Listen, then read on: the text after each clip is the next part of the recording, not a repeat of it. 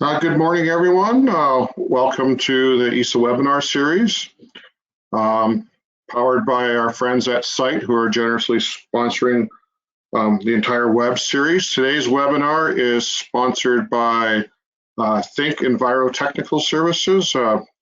Thank you, Lizel and the team there for sponsoring today's webinar. Just some housekeeping before we get started. All the presentations and recordings are available at www.esa.org/webinars. And we announced this morning that the virtual version of Envirotech is June 11th and 12th. There's 27 presentations over 2 days and featured through 7 webinars. We've intentionally kept the price extremely low. It's $49 for members and $79 for non-members, so we'd really appreciate your support. If you can help us out and register yourself, register some colleagues, spread the word, we'd really appreciate it. So thank you. So for today's presentation, as always, we'll do the presentation and then questions and answers after. Today we have Amit Bhargava with Enviro Apps talking about the environmental compliance in the wake of COVID-19. He's a subject matter expert in the field of environmental and regulatory compliance. He has more than 20 years of widely varied experience in a consulting and industry environment. Amit has a successful track record of designing and facilitating implementation of software solutions to manage environmental and regulatory compliance for the energy industry. His passion to solve the pain he had to go through with dealing with certain archaic processes led him to form Enviro Apps. He now wants the industry to switch to digital solutions and make their lives easier. Amit, I'll turn it over to you and I'll come back when you are done. So just give me a second. I'll switch over to you.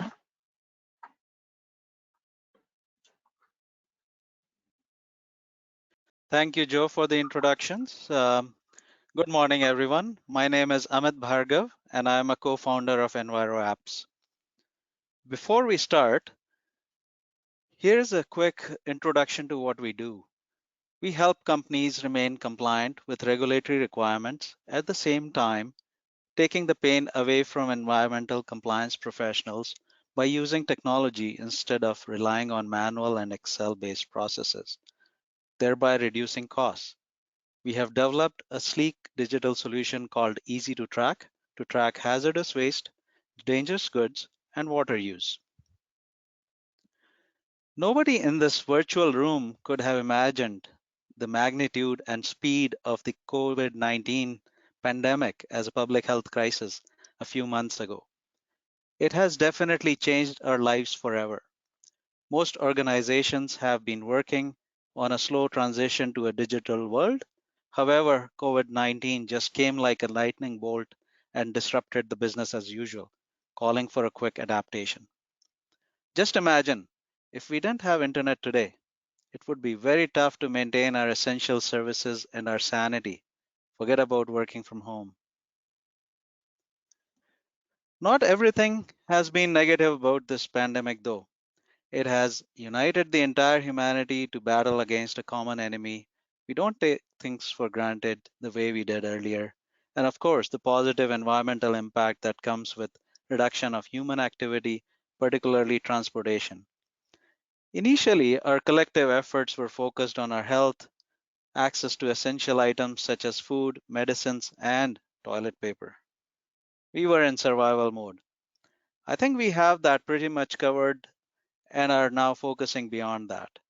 Besides getting the pandemic under control, our governments are now thinking about other important things such as jobs, economy, and how we are going to recover from the economic damage caused by isolation, bringing the economy to a screeching halt.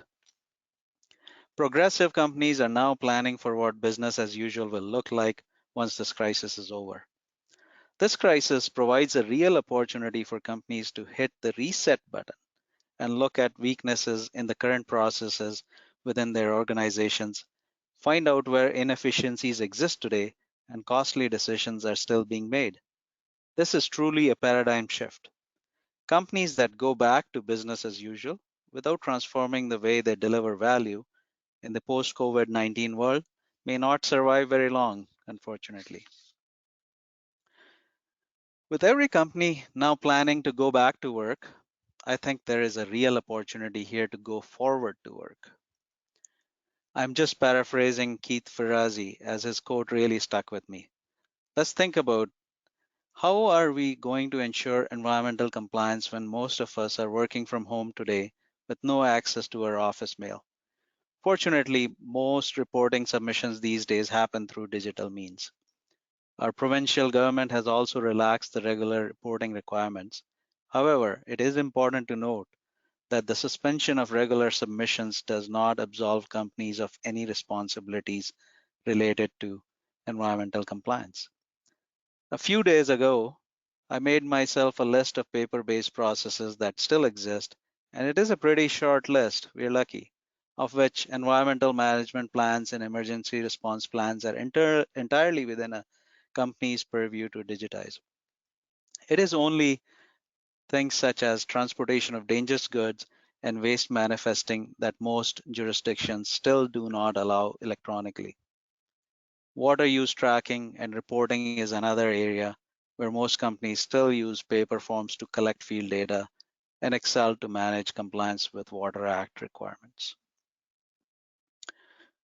As you all know, Alberta's oil and gas sector is regulated by Alberta Energy Regulator, and Directive 58 sets out the requirements for tracking of hazardous waste from cradle to grave.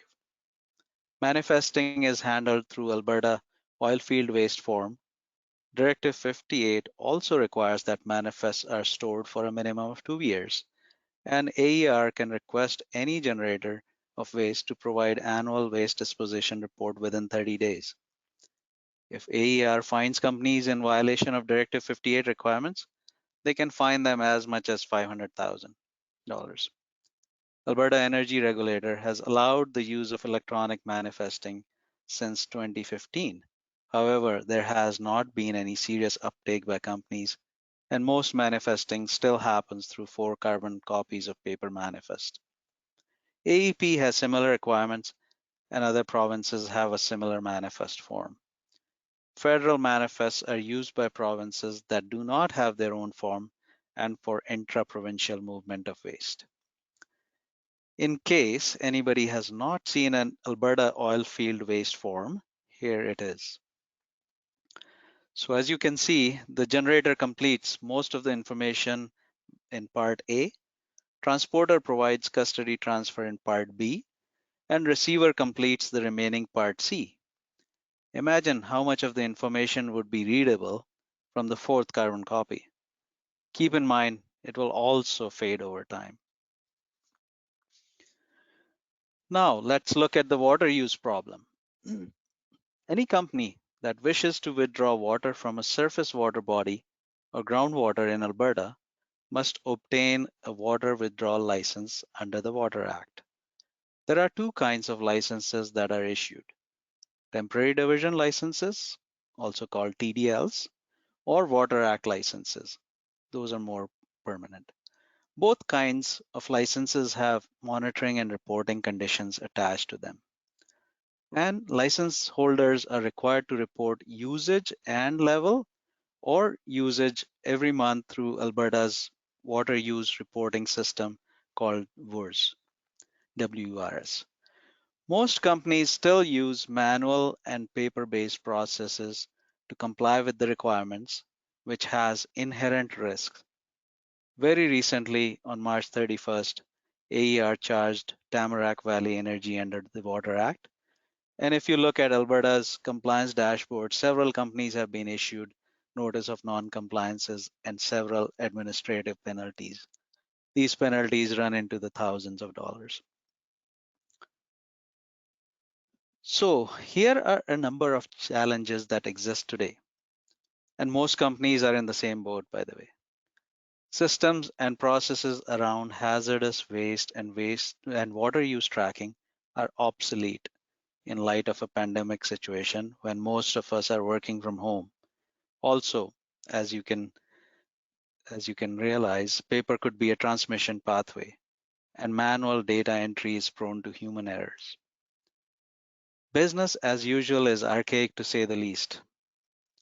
There is a lot of duplication of efforts at every stage of the process with no visibility and real-time updates. In my opinion, this is an unacceptable risk of non-compliance that companies are taking, and that too when technology solutions are available, which actually save costs. Easy to track is one such solution that is proven and cost-effective. It is cloud-based, which makes it accessible anywhere. The app has been designed keeping field personnel in mind and is quite easy to use and intuitive. It is also mobile friendly, so you can use it on your tablet. The solution is compliant with applicable regulatory requirements and has built-in analytics that roll up and filter dynamically. Easy to track is a comprehensive solution and has all of Canada's waste manifest forms, TDG shipping documents, and water use tracking in one centralized database. There is no upfront capital investment required, and the return on investment is quick. Seeing is believing, so I would now take everyone through a live demonstration next. Please bear with me while I switch screens.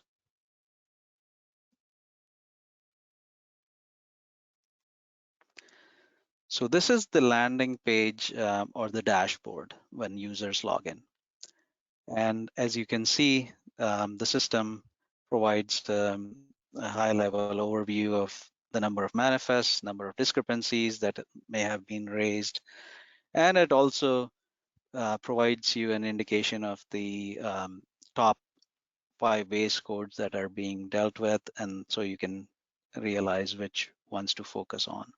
It also has a bit of an invoicing feature there, and pie charts show various different wastes and their quantities. So this is separated by solids and liquids. So as you cannot really add the two. And you can also filter it by year. You can also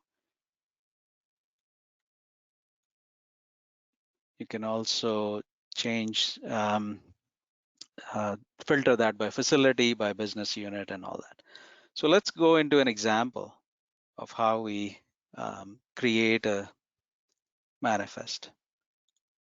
So you push on new document, and the default is AER waste manifest because that's the most used one. So as you can see, there are 3 different tabs for the generator, transporter, and receiver. And so the company name and all the BA code and the province and postal code, all the address comes up for the company. And then you can pick a source site location, the source site that you want to send waste from. And based on the source site location, the system has been designed to bring in the license number and the license type. And if there were multiple licenses for that facility, there could be multiple licenses that you can pick from a drop-down list. And all this is based on the user profile. And then you need to pick a transporter. You can pick any transporter here. And then this also gives a lot of control and data quality, because now you're dealing with the approved list of carriers, and users are not just picking anyone they want to. And then the intended receiver, you need to pick from your approved list of receivers where your company has contracts with, and that's the ones that you want your field users to allow to use. So you can pick the receiver, not picking any favorites. Let's pick a demo one. This is a dummy. And then you can also pick any other location if there were multiple receiving site locations. And the rest of the information, like your 24-hour emergency number for the company, comes up. And here are some other nice features. You can add a waste characterization report here. You can upload that attachment. And the benefit of that is you have a one complete record. You might have multiple loads of waste manifest that are based on a particular lab waste characterization report, and you can make that as a complete record. And then and you can also put in a manifest scan in case you want to scan and upload that. Now that's not really required for AER in Alberta because they have allowed electronic manifesting. And then this field can be useful to put any email or any other correspondence you might have for discrepancy handling, which comes later. So you can pick the waste code and the database based on the implementation setup and based on your environmental personnel or the head office, they figure out this is how they want to characterize it. And that way, this is where most users make mistakes. And this helps streamline the process significantly. You also have the option to add a waste profile sheet that is from CAP publication. And that's in case you do not have a waste characterization report and you want to use one from CAP. So you can just attach that here. And then the only fields you need to fill out here are the quantity. And let's say 20 meter cube. And there are 2 packages. Okay, and now you can say, yeah, I've completed, and your signature gets attached. And then you can submit. So it's been saved. And now we can go back and view that document. So we just created this here. And you can edit that manifest. You can view that manifest. This is a neat feature I want to show you next, which is cloning.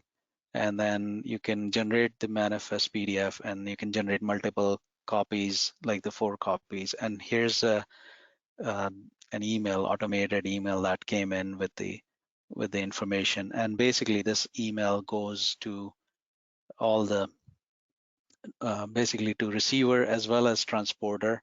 That way they can be advised that a waste shipment is ready.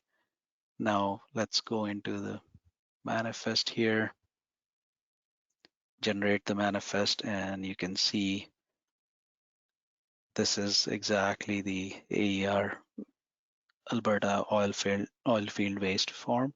And these copies are marked: generator copy, transporter copy, receiver copy, receiver to generator copy. So all these 4 copies are ready. If you want to print them and still use them along and send them with the waste shipment.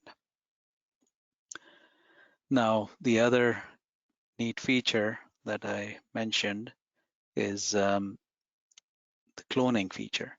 So you can go in and clone that manifest. Now think about a situation where you have, say, 10, 20, 50 loads a day of the same waste going to the same place and using the same transporter. You can save a lot of time by cloning that. So what happened is everything that the receiver as well as the transporter and everything came up the exact same way. All the system did was change or zeroed out the quantities. So you can basically put in the quantities, and it's only 2-3 keystrokes, and you have another waste manifest. Now this is very important when you think about Alberta site rehabilitation program, where we can expect a lot of remediation reclamation work going on this summer or into next year as well, hopefully. So think about how much time savings this can provide, how much efforts can be saved if you're sending the same waste through the same transporter and to the same receiving site. You can easily change that. Now, having gone through that, so the workflow progresses, the manifest can be handed over to the transporter, and then finally it gets to the receiver. So that can be, that's how it's going to work. It's all here. And now let's have a look at the reports. So the most sought after report is the AER report. So this is when the AER asks you to provide annual oil field waste disposition report, and companies struggle because if they don't have an electronic system, they would have to go through all their stacks of manifest, maybe boxes, and come up with the information. And here, if you have an electronic system, a digital solution, you can pretty much generate that at the click of a button.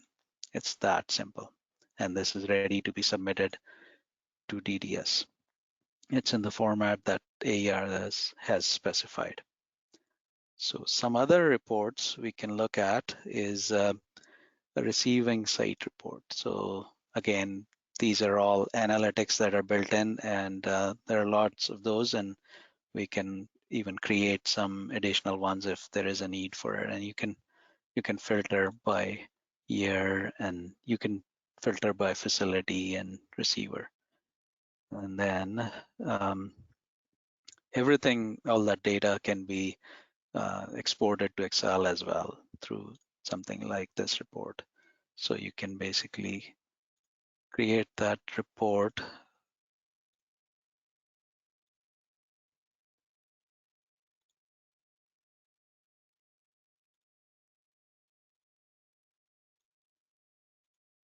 Sorry, that was a long time there, lag. There's lots of data probably. And then you can export it into Excel as well.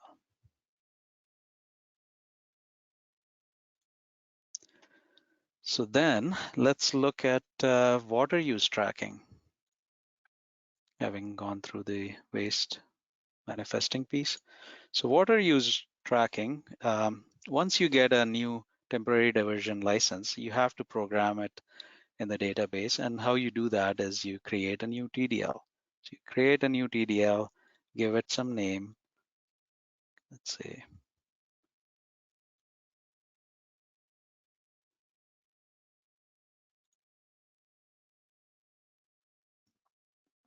and then the water use is, let's say, for dust control, and there is a TDL end date. You can change that to whatever the license date is, and you can pick the point of diversion. You can add the notification list. This is the email addresses for people that are responsible for compliance. So the system will send out email notifications to these email addresses. You can also attach the TDL here, like the scanned copy, and you can add any other comments. And basically, this will help the system, send notifications, automated notifications to people that are responsible for compliance. And as, say, the maximum allowable volumes approach the limit, or even the TDL is coming to an expiry. So all those can be handled through the system here. So let's say we have maximum allowable volume of 20,000 meter cube and a diversion rate of 2 meter cube a day, which is really small, but let's say you got that. And then facility mapping. So now you have to pick the facility that you want it to be linked to. So that TDL, the water is being moved to this facility. Once you link that, then you can submit, and basically it has saved that information. And now you can create, so once you have set up the conditions of the temporary diversion license, you can go in and switch to water tracking. Now we need to, let's say, let's say, provide the form to operators, pumping operators or truck operators that need to divert this water, and then we can basically create, or rather track the use daily. So let's say we want to create that new water tracking form. We go in here, And let's say it is being trucked. The surface LSD is for the facility we just used. So we can use the demo facility here. And then the Water Act license, let's say pick this one here.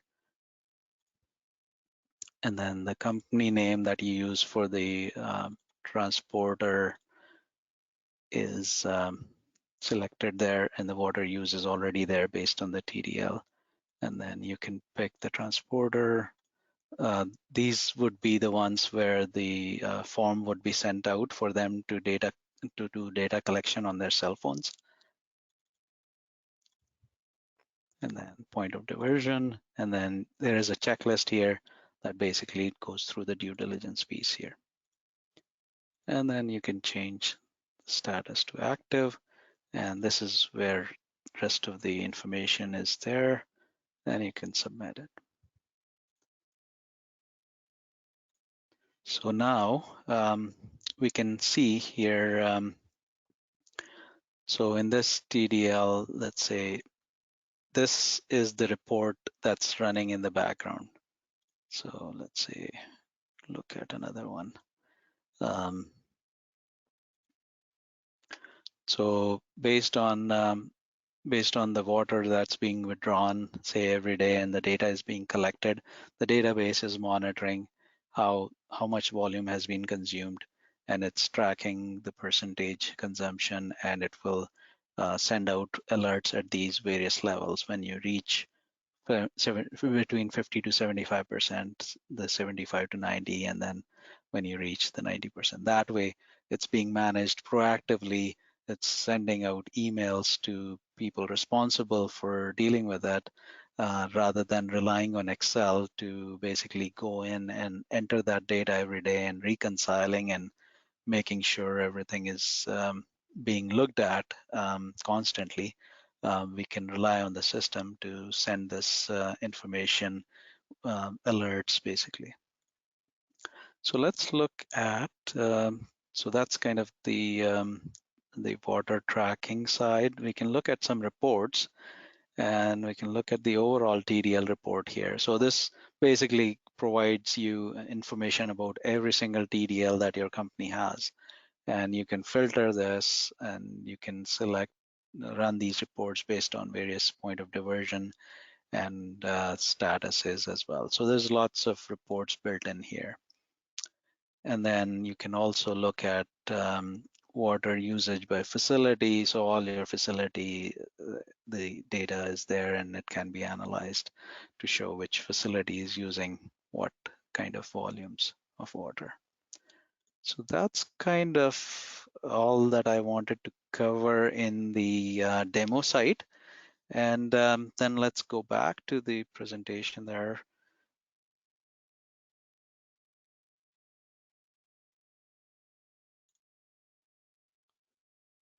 So next, I would like to present some results from a case study based on a 5-year data set from one of our clients. So we analyzed data from more than 30,000 waste manifests by calculating actual road distances between the source site location and receiving site location pairs, and compared them to optimum distances.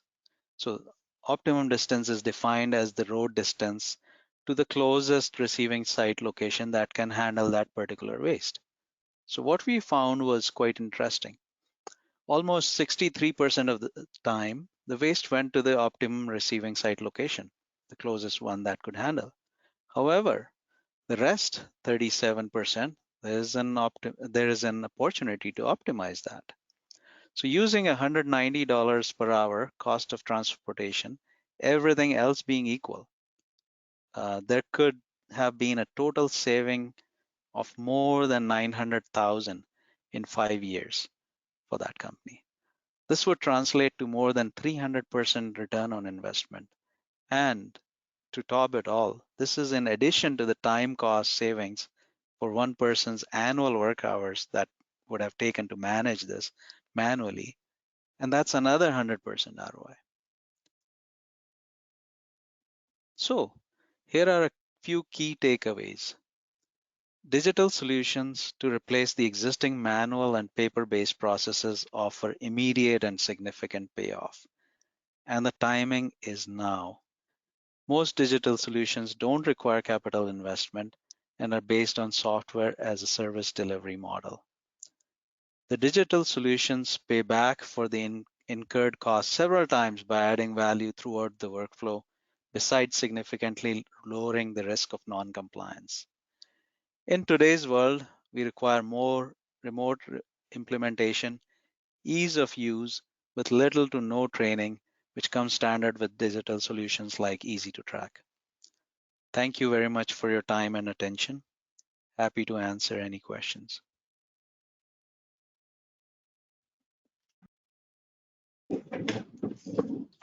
Thank you, Amit.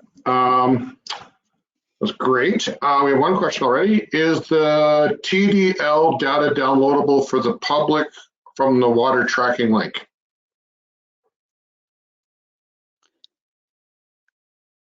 So if I understand this correctly, saying TDL data from water use reporting system, I'm just a little bit Is unclear as the to where.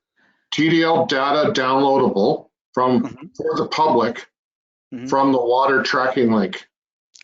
Oh, you mean from our system? No, this is a closed system, so it won't be open to public. It will be for the company.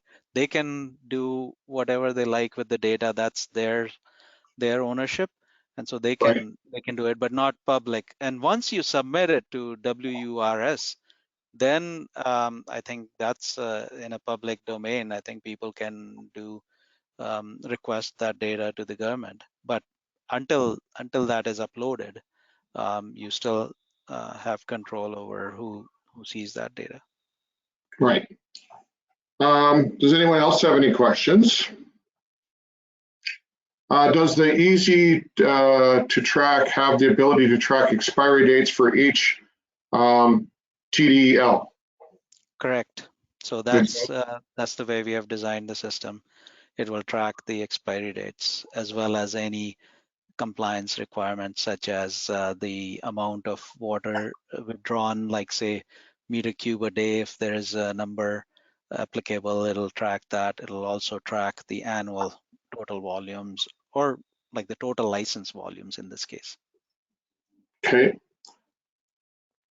Does it notify the user when expiry dates are approaching?